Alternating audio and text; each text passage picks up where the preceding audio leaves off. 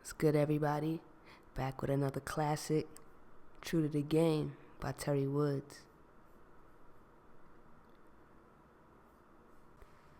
They went to the Gallery Mall in Center City, something Gina did every day and not got bored with. The established department stores were connected underground. It was many shops in a spacious wonderland. It was like a shopping amusement park, and it felt real good to be able to buy whatever she wanted. She picked out a lounging robe for Gaget and paid for a belt Tracy was admiring. Quadir now had a dozen more pair of polo boxes, and Gina got a couple bottles of perfume for herself and her cousin Brianna. Her only choice was to buy fragrance she didn't already have. After leaving the mall, Gina went to Gaget's house. She was so happy to see her grandmother and fell right into her arms. Of course, Gaget was always glad to see Gina. "How's my baby? Come on in here and sit down. Where's Qua? How's he doing?" Gaget was asking questions so fast, Gina hardly had a chance to answer. "Quadir is fine. He's at his store." "How are you, Tracy?" Gaget said, finally acknowledging her. "I'm fine. How are you?" "Oh, I'm pretty good. My leg hasn't been bothering me, praise the Lord." "Gaget!" Gina hollered her name so loud, she scared her grandmother half to death. Gina remembered the packages and headed for the door. "I got you something from the mall. It's in the car." "What's the matter with her? Child, you scare me half to death."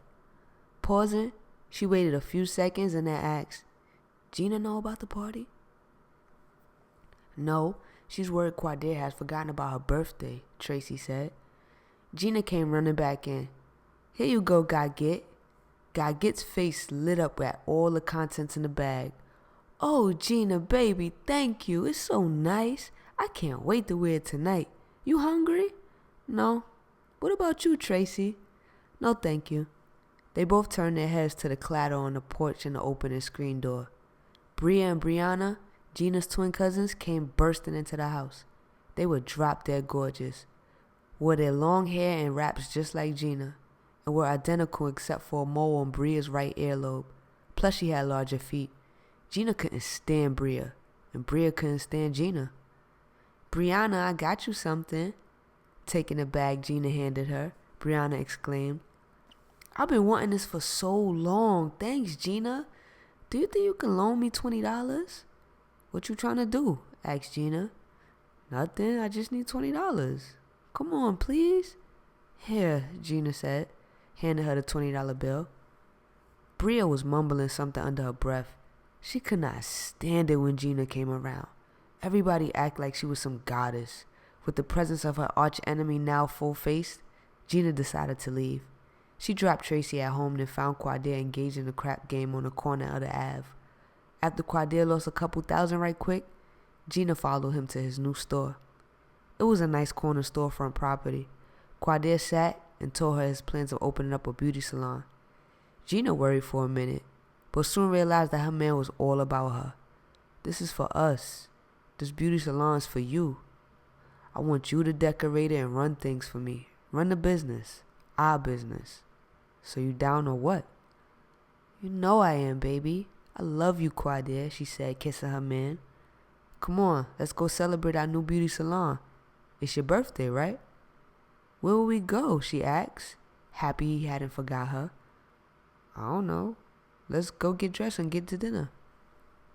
Once they got home, Quadir just stood there looking at Gina. She was as beautiful as the night he met her on 125th Street in Harlem. "Something the matter?"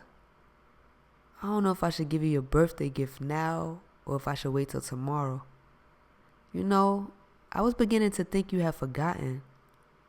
"Me? Forget and have to hear this shit forever? Besides, I know how nice you perform when I remember holidays, birthdays, the day we met, the day we first did it. You know, all your reasons to get a gift." "Qua, please, you're exaggerating. Now where is it?" She looked a little possessed as he stood there, picking the dirt from under his fingernails. "Quadir, don't mess with me. Just pretend you're coming through the front door." She went into the vestibule that connected to the hallway which spread throughout the floors. On a marble table placed on the marble floor near the doorway sat a 5x10 professional picture of them, a candy dish and a crystal vase with red and white roses in it. Quadell would buy her 24 roses every week, which she placed in the same crystal vase week after week. Gracing the upper corner of the 5x10 picture was a 24-karat gold diamond bracelet designed with carat diamond charms, giving it a total of 12 carats. Gina delicately removed the charm bracelet from the picture, adoring it like it was the Holy Grail. It's the most beautiful thing I've ever seen. I love it. It's so blue, she said, trying to get the bracelet on. Here, let me help you, he said, fastening the clasp for her. So blue, she said, marveling at the radiant colors that were bouncing off the chandelier. I got you something else upstairs. Kiss me. Let him go was so hard to do. Pulling from her, he held her hand and walked upstairs. It didn't take her any time to open the boxes and find a black Versace pantsuit, a pair of gator boots, and a black Chanel bag with thick gold C's on the side. Both of them had dressed in black Versace and black gator boots when they arrived at the Malibu dining room. Quadell informed the hostess that their reservation was for the Richards. She grabbed 2 menus and escorted them away from the dining room downstairs to the lower level. The entire lower floor was quiet.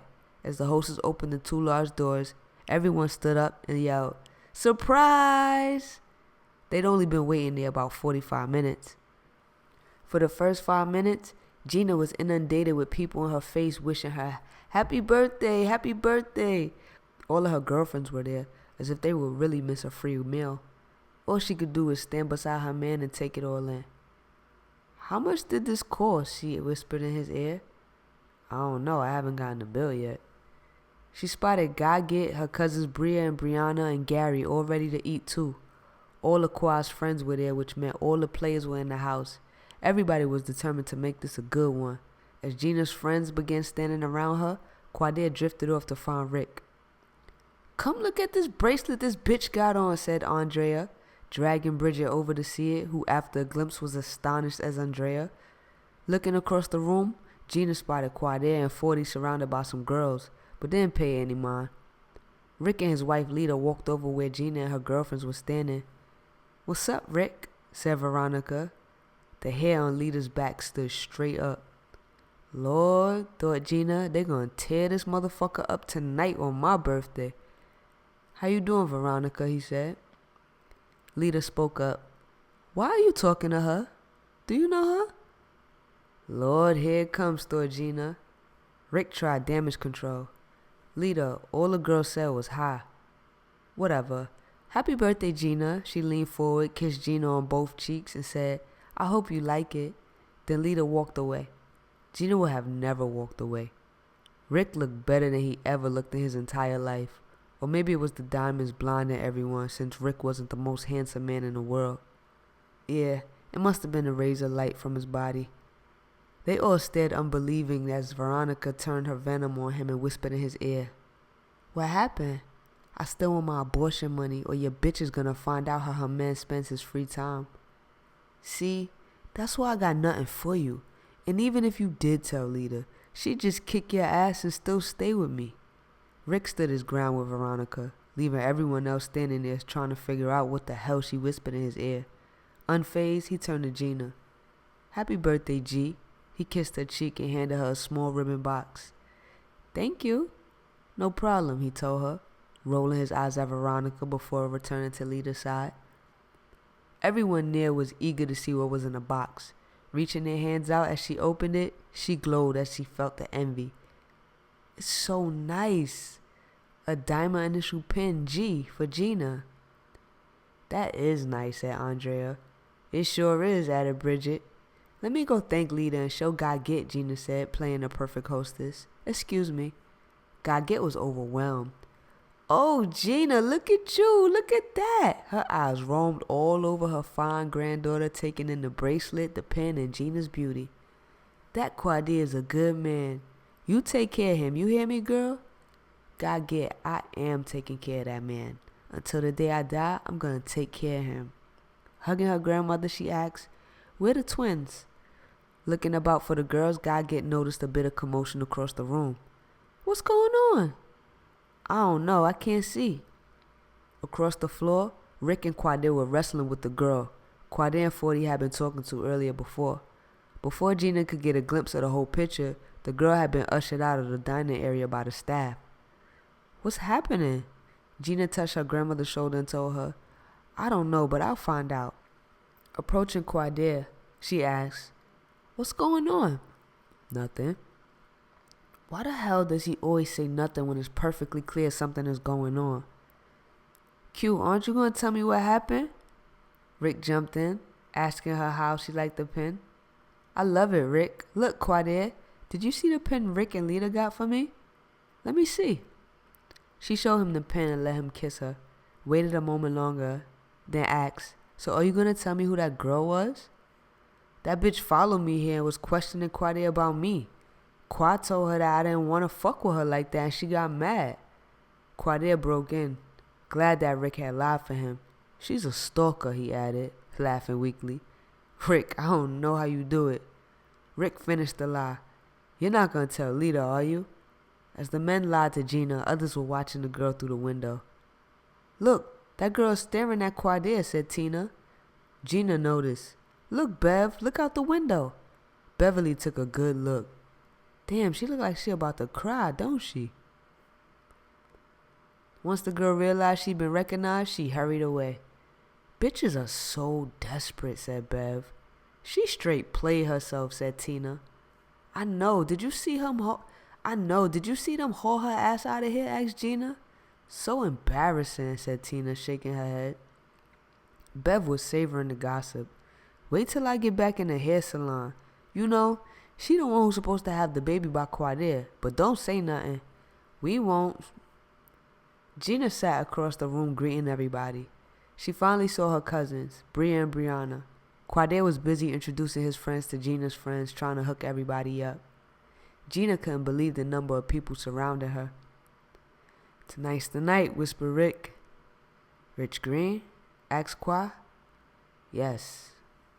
Quadir was thoughtful. You know Jarrell isn't gonna like this. I know. Let him bring the noise. He started this shit. He's been fucking up my pockets for the longest. Enough is enough. He pushing every motherfucker I know not to buy coke from me. You know how many bricks I can't get rid of because of him? You? What about me? Quinny Day showed up at their table. Yo, this was really nice, man. I can't stay for dessert, but I just wanted to let you know this was smooth, Ock. Where you gotta go, Quinny? Asked Rick, feeling a little heavy weight of frustration just seeing Quinny's happy face.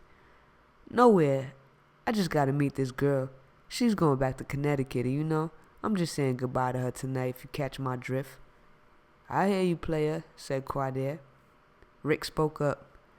When you gonna have my money, Quint? He given Quinny 2 keys 3 weeks ago and was starting to wonder when he was gonna get paid. Nigga, I got you. Don't sweat that shit, baby. Be cool. I got you. Tariq just shook his head, watching Quinny mingle himself away from the crowd. Wasn't nothing he could do with the boy. Quinny Day never had his money. If he weren't Lita's cousin, he'd have him knocked off. Why do I continue to even ask that motherfucker for my money? Do you know what he owes me? Them motherfuckers related to Lita are a trip. Rick, I want to get out of this shit, Quadir said. Out of what? Rick had no idea what his mentor could be talking about. The game. This shit is too much for me. I want to sit at home instead of hustling out here in these streets. I know that's right. The motherfuckers is passing out time like government cheese. Quad turned to face him. I don't know what I'm gonna do. Sherelle calls the house and she follows me around. That bitch is a fatal attraction. You played it cool though. You didn't even blink when you see her walking over to you. Shit. I wanted to run my ass the fuck out this motherfucker, but Gina's nosy ass girlfriends would have said something.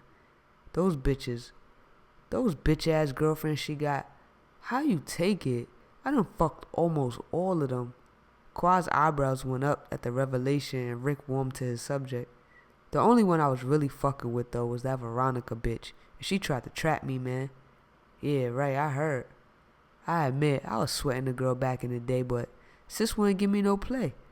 Then I got a little paper, you know, became the man, and who you suppose was on my dick? Veronica. I've been playing that bitch ever since. The brothers clinked their glasses and drank. On the table sat 2 bottles of Dom and 1 bottle of Remy XO.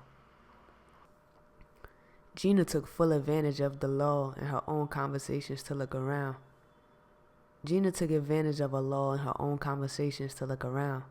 The Malibu dining room was fabulous.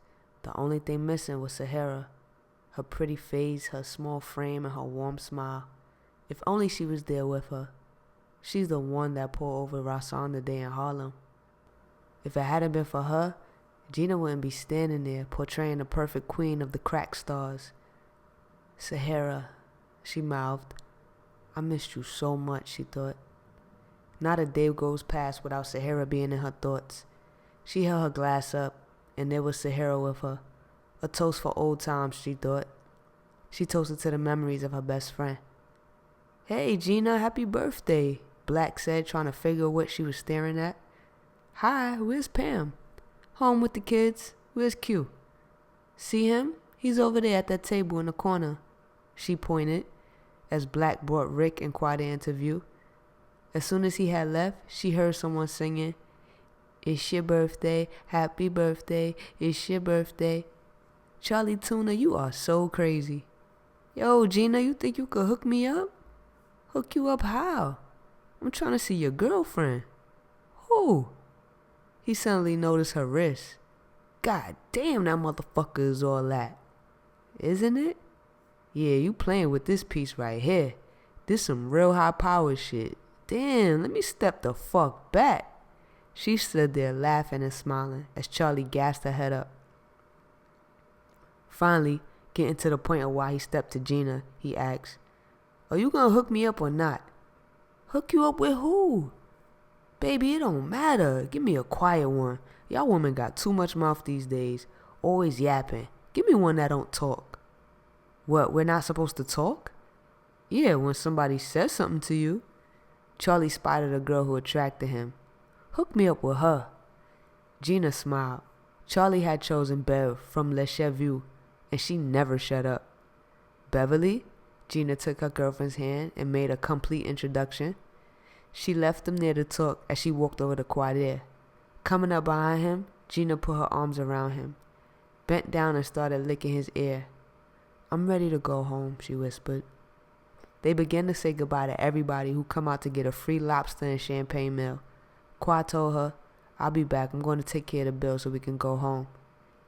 Gina turned to see Andrea, watching her slink into her to the floor mink. You leaving? Yeah, we're going home. I know you've had a happy birthday and the shit ain't until tomorrow. Yes, this is true. She jiggled her bracelet for Andrea. Quad really surprised me. First the bracelet, the outfit, and to top it off, dinner with all our friends. This was enough. You're so lucky. I'm blessed. Rick was just hanging up the payphone outside the dining room. Yo, check it out. He pulled Quade over to him. Rich Green is no longer a member of the life force as it exists on this earth. Dead? Through the heart and through the head. Nigga said since he fucked his baby mom, he shot him in the dick too. Damn. Quade, don't look so sad. Cause the nigga was plotting. Always riding around the same corners all day and night. Trust me, the boy Rich had a list. Junie was locked up with my brother and told him everybody was on the list. Shit, the nigga's list was so long, by the time the Junior Mafia finished, it wouldn't be nobody left. Quade said goodbye to Rick and shook hands with a few other brothers before finding Gina. Getting into the car, Gina looked at her man. I can't believe you did all this for me. Gina, tonight was nothing compared to what I have in store for us. This is just the beginning.